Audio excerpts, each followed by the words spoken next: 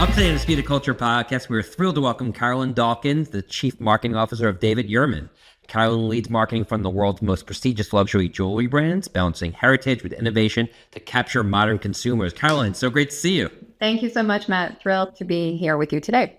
Absolutely. So for those in the that are listening that aren't familiar with David Yurman, why don't you tell us a little bit about the brand? Sure. Listen, this is one of the most exciting brands that I've had the opportunity to work on. It was a brand that was founded through the deep passion of two acclaimed artists, David and Sybil Yurman, both artists in their own rights, really came together. And what they say is it was the accidental forming of a jewelry brand. And this accidental forming has propelled this brand to be one of the preeminent luxury jewelry houses, both in the United States, but across most markets. What's beautiful about this brand is that you can see it in every product design that comes through the house, is that it is deeply influenced by David's sculptural touch and Sybil, the way she looks at light, the way she looks at color. It really comes through. It creates this very different sense of product. I think the other piece that's magic about the brand is that it is deeply entwined in how Americans experience luxury. This idea of the relaxed American luxury is so true to how Americans want to experience luxury, have it really kind of connect in with their lifestyle, their life. It's something that is kind of meant for the everyday. That is what has personified the brand in its 50-year heritage. And more recently, when you look at trends in the luxury space, what are some of the trends in terms of new interests and preferences that consumers have when it relates to the luxury market overall? I think one of the first trends that we're seeing is that consumers are coming into luxury jewelry earlier than we've seen in past. We're seeing, right, collectors starting their collections early. I think that, the rise of TikTok, we see that younger generation have such a desire for luxury items, and we see them coming into the brand. It's wild, the volume of younger consumers who are interested in the brand, inspired by the brand, and then come in and start their collections. And then obviously we move them for the business. I think the second thing is that, gold just continues to grow. I think we've got this powerhouse silver business, but we also have this powerhouse gold business, and they both continue to move together. So this idea of, metal, mixing metals and kind of metal focus, I think continues to thrive. I think the third piece is men wearing jewelry has just become such a norm, and the growth that we're seeing there is, I think, men find it so much more, like there's not a lot of opportunities apart from, certain category watches where men can express their creativity, they can express their uniqueness, they can express their style. And we have a business that is truly uniquely designed for men, which makes us very, very different to our competitive set. So as consumers are starting down this luxury journey with jewelry earlier, what does that mean for the brand in terms of obviously having that fine balance between the rich heritage of David Yurman, also making it accessible and more contemporary for the younger consumer? What's fascinating? We just went through some research, and I think we always think that these heritage stories are made for older consumers. These heritage stories resonate just as powerfully with consumers of all ages and of all genders. It's wild. We've got an amazing campaign out there right now where we're telling the heritage story of, a few of our really key collections. So one of them being sculpted cable, one of them being Madison, one of them being Chevron for men. And we take the consumer all the way back to the inception where David and Sybil came up with the idea, or Evan influenced the idea. And then it takes it through to current day. This campaign just performs so well. Consumers watch it from end to end.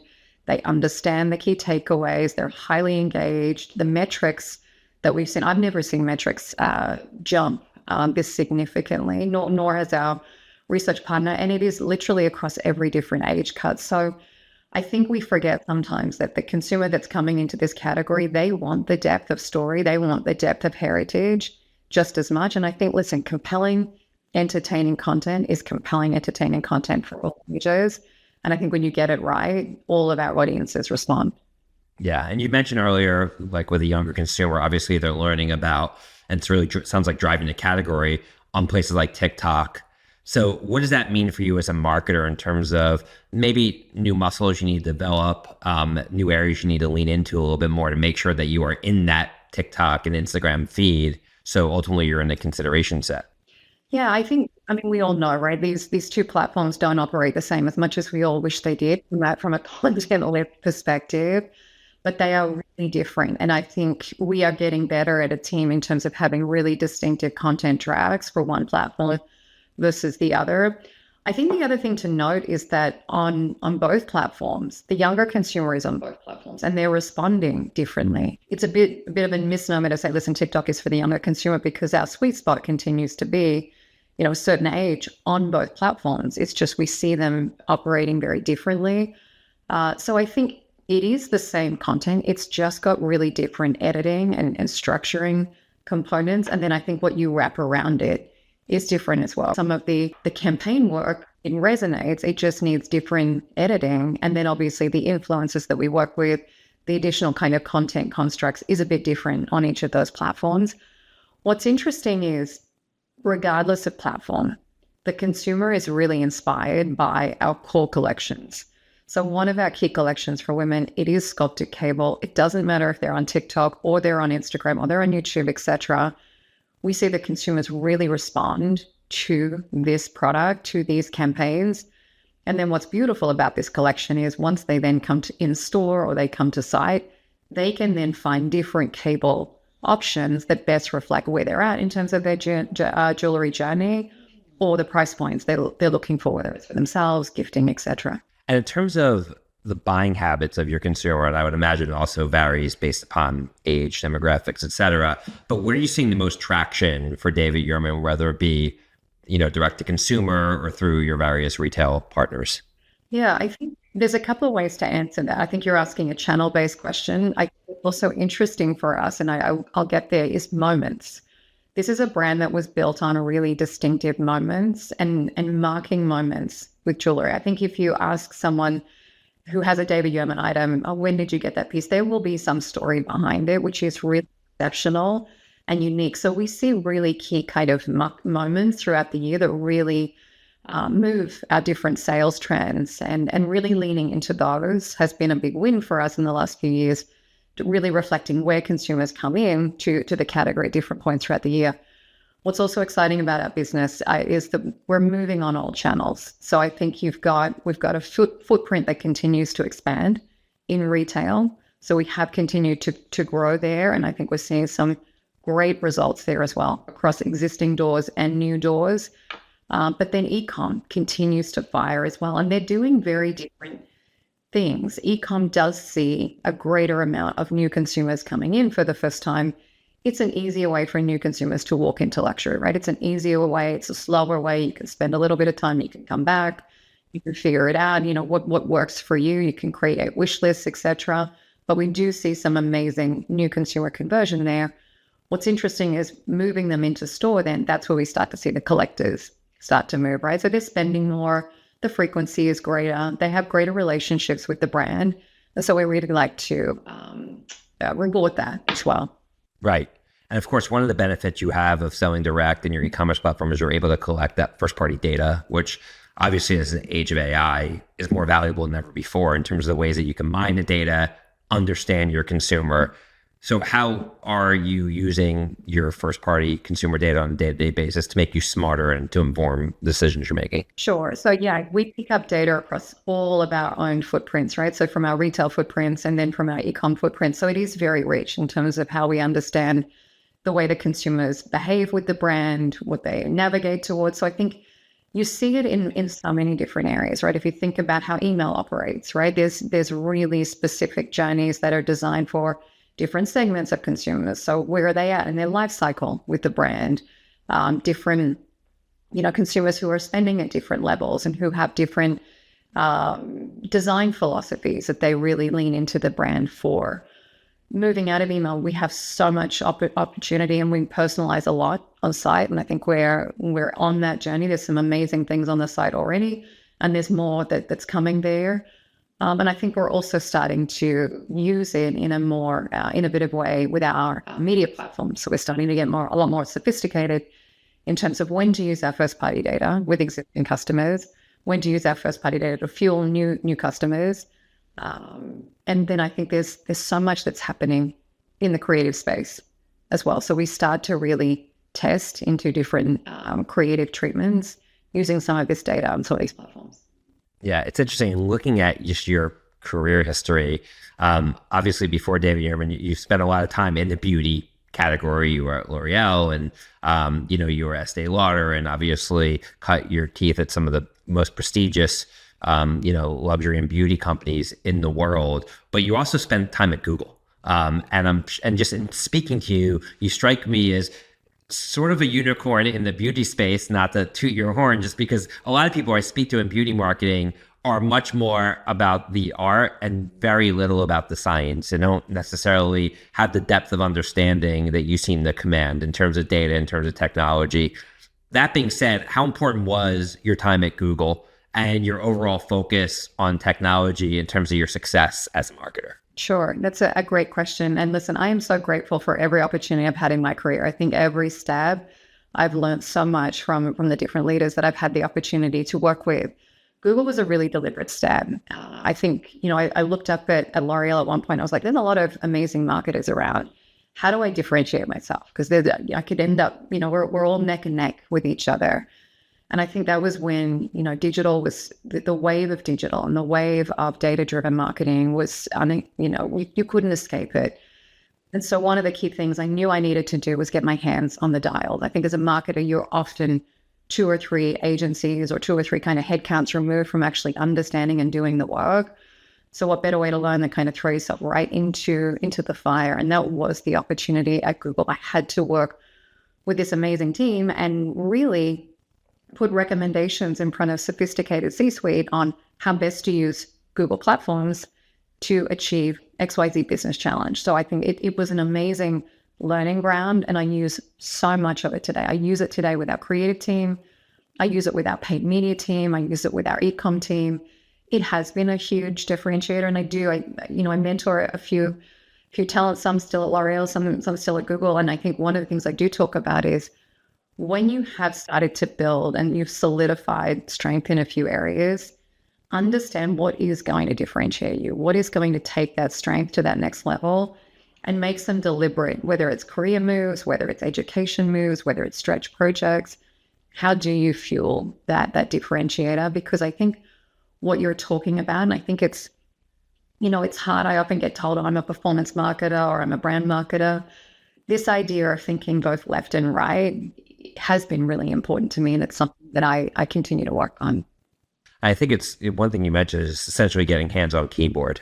And I do find that you see a lot of CMOs on stage at Cannes talking about, all these complex, methodologies and jargon. But then actually when you peel back a layer, they've never really put their hands on keyboard and understood the tools. Right. And until you do, you really can't understand what's possible and how to push your agency partners and push people. So I think it is becoming a lost art, but I would imagine moving forward, it's going to become more important than ever before as the tools become far more accessible and powerful. 100%. I think one of the things I do with my team as well, we work on the, what's our testing roadmap or what's our learning agenda? And to your point, if you don't understand how, brand lift works at Google, or how it works at Meta, or how different platforms work and what you can A/B test, it's really hard to steer the team towards understanding some of these macro goals. And then how are these macro goals going to inform different creative strategies or, media strategies or audience strategies? So I think you have to kind of move up and down as a helicopter and stay connected to what's happening on the platforms. And I try and, still spend time with the team in the weeds on certain things and with the different leads on the platforms across the channels. So I do understand what's coming through, what's in beta, what are they looking at, how are the platforms thinking about things? Because you're right, like this changes. And I think if you get too disconnected, it's hard to balance the strategic steers that you need to make and then the tactical steers that are just as important. Yeah, for sure. One area where I think art and science meet in your space is an area of personalization. And I think what we're seeing is consumers increasingly want things that both speak to I guess a broader cultural trend, but also feels uniquely theirs or has their stamp on it. What is your take on personalization relative to luxury and the jewelry category? Personalization has been one of the hardest things to crack, right? We've been talking about this for a really long time, and it doesn't matter what brand I've worked on or whether it was at Google. You can prove it out in certain pockets, and then in other pockets, the theory of it just completely collapses. I think when you think about different stages of the funnel, in the awareness stage, it really doesn't do anything. It's never really been proven to shift enormously. Maybe you can get some tweaks here and there. It doesn't do an enormous amount. In theory, consideration is where you really can start to personalize the story to different audiences. We're having a really interesting moment where we're finding that the content that we're putting out through consideration, it's deeply resonating with all audiences. There are some slight tweaks where certain audiences want it shorter or longer, but naturally the arc of that story is working. The conversion piece is the place where it definitely matters, right? And that is where your signals are the greatest. It's where the algorithms fundamentally do so much of that work for you. We definitely do a lot of work there. And I think there's ways that we have to swing those algorithms a little bit too, because I think the challenge it can push you to the lowest common denominator, which can be pricing, which is not always the ideal in luxury. But I think there are other kind of pieces throughout the funnel that we are working on. Where does it matter? Where is the lift worth it? And where does it's not a known lifter. So we've touched upon this earlier in the conversation in terms of the power of social platforms. And of course, here in 2025, that means creators, because those are the people who the end consumer is interacting with the majority of the time in social platforms. How have you engaged with creators on behalf of the brand, and what have you found to be a successful recipe to drive real ROI from those engagements? It's a great question, and I think the frame in ROI is also an interesting one too. I think the way we think about content creators is pretty broad, because as a luxury brand, you've got to influence, then you've got to drive consideration, and then obviously there is the conversion. So we think a lot about some of our creators are the talent that we work with. So whether it's Michael B. Jordan or Asa Gonzalez, when they post on behalf of the brand, so whether it's through a collaborative post or they're posting and tagging the brand, we get exceptional performance off that. That association with the brand really does help elevate the brand and pushes the brand out to a broader audience. So it's a deep fan base, which is fantastic. We also work with a lot of tier one talent through luxury type events, whether it is red carpet awards or music awards, or all the way through to work that we did with the US Open last year. And then you've got this true creator type talent, the talent that is really, we put the creative in their hands. And so that does another layer of work, right? That will generally encourage consumers to spend more time with it, which is, we know, is the proxy for consideration. And then we do start to see great results off the back of that. I think the way the platforms are set up in terms of reading really direct ROI, not as strong, but then we see it when we run different types of tests throughout the year. The impact that we see as a brand, whether it is, in paid media or organic in the social space, it is really powerful for our brand. We know, right? Instagram continues to be the number one shopping mall. It's where consumers come to learn about new product, and a brand that really is scaling its awareness and consideration. That kind of ecosystem with that kind of layered system of talent, and with the advertising kind of wrapping around it, is working for us. Yeah, I mean, and we're seeing that, obviously, the notion of also creators owning the brand, whether it be like Skims, or there's so many examples of people who are either have a following or they gain a following through attaching their name to a luxury product. That also seems to be working as well, because they are intimately connected with it. It does. I think that the magic of those different tiers is, particularly if you think about, tier 2, tier 3, they can help translate the brand to their audience. Brands telling the brand story to a consumer, having them sit down and say, listen, there's some time I want you to spend with this brand, learn more about it. The brand advertising will always struggle to do that. But having this talent translate, listen, here's what's important to know, whether it's about the brand or the product, you can get consumers to spend more time there. And that's where we start to see some of the familiarity scores really move in a positive direction. Yeah, makes sense. And how do you see AI impacting both your organization and your role moving forward? It's obviously such a hot button right now, and I think for good reason, because it's really transforming the way in which we communicate and that we work. Just curious to see your point of view on this. Yeah, I think everybody's first step was, AI equals creativity, right? What can AI do with creativity? And I think we've seen a lot of false starts, which is challenging in the luxury space, right? When heritage and the high quality craftsmanship is so integral to the brand and is so deeply valued by the brand, it's something we have to be very careful with. So there's some work that we have in play right now that is starting to take some of that AI and has gotten more of our craftsmanship kind of intertwined. So we can talk more about that as that gets going, but definitely in MVP phase there. I think it's going to be incremental in terms of how creativity starts to turn up, that visual expression of creative, how AI plays a role there. I think there's obviously, AI has long been the backbone of our media platforms and how we buy and how we optimize.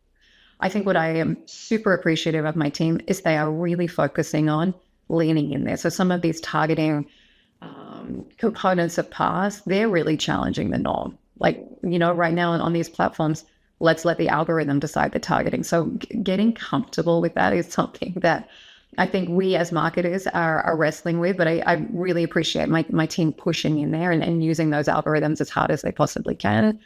And then I think there's all of the data analysis, right? So how are we using AI to understand different things about the consumers, insights, behaviors, et cetera. And then what do we do with that? So how do we then use that to model what happens next? So I think they're the kind of three tracks that we're thinking about.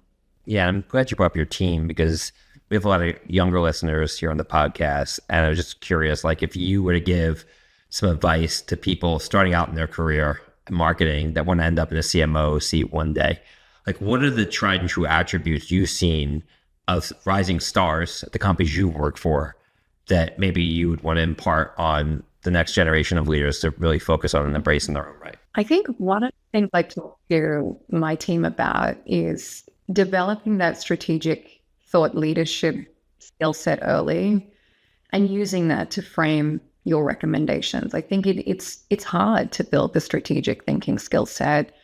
And I think you'll have different opportunities in your career to really lean into that. But the faster you can lean into that, whether it's through learning, whether it's through hands-on, whether it's through certain projects, once you start to nail like architectures of how to structure strategic thinking, it enables you to have a more senior seat at the table.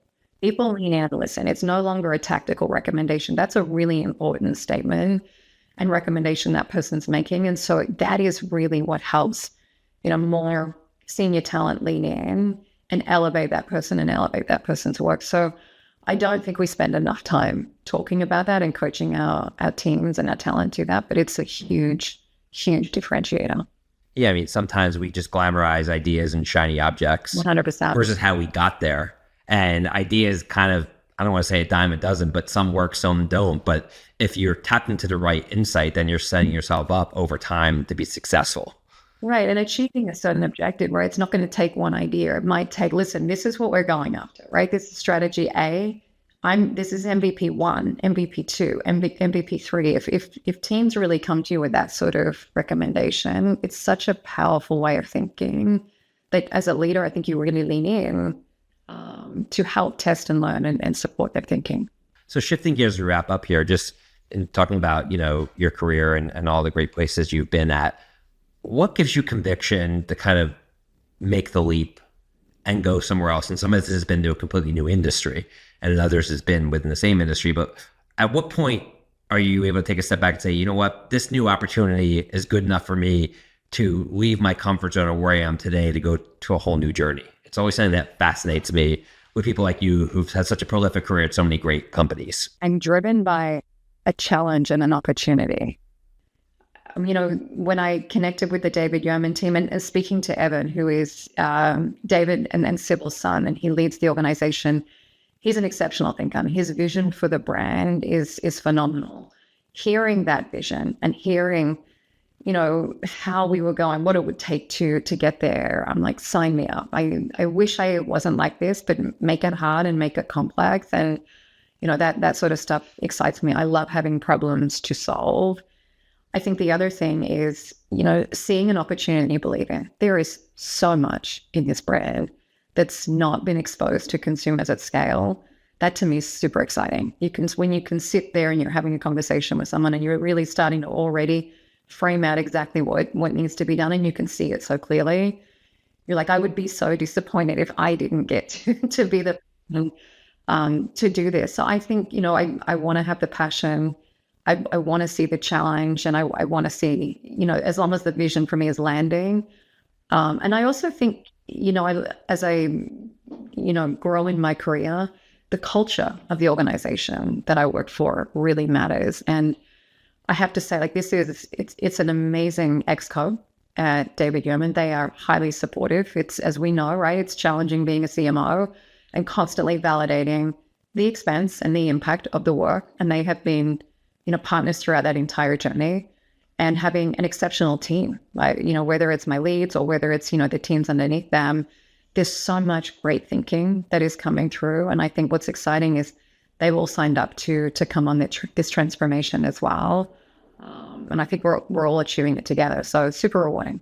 If you look back at your career and you were to kind of extract some of the decisions that you think you made that were the right ones along the way that put you in a position that you are today, what do you think they were? Having a really strong grounding in consumer packaged goods in my early stages. It was the pinnacle of marketing when I kind of came through. And it is a really structured, rigorous balance of analytic and creative thinking that means you're almost a GM of marketing, right? So I use that a lot. So I think if you can think through, as you're starting out, where is best in class in your given industry, and as best as you can to get yourself in that space, it will be an amazing grounding. I think put yourself in really challenging situations and understand how you grow. Right? L'Oreal is an amazing, fast-paced culture full of brilliant thinkers that will really challenge you and challenge you again, right? Until the work is absolutely exceptional. And Google's the same, right? This idea of, moving at the speed of light. You have to be a really top thinker. You have to constantly challenge your own work because it's going to be challenged by others. I think that those two are really exceptional grounds in terms of constantly look for the opportunity, look for the problem that maybe others don't see, and look for it in your own work as well, so you can make sure that you're finessing and you're evolving.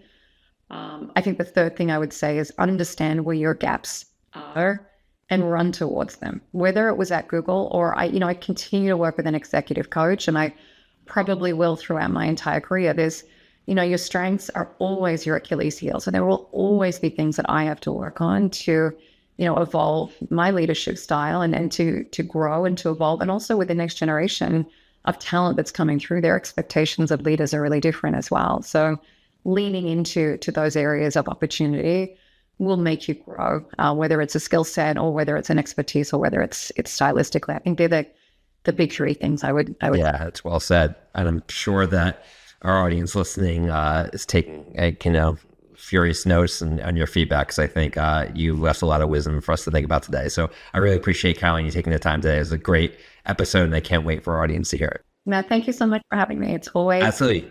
On behalf of Suzy and Adweek team, thanks again to Carolyn Dawkins, the Chief Marketing Officer of David Yurman, for joining us today. Be sure to subscribe, rate, and review the Speed of Culture podcast on your favorite podcast platform. Till next time, see you soon, everyone. Take care.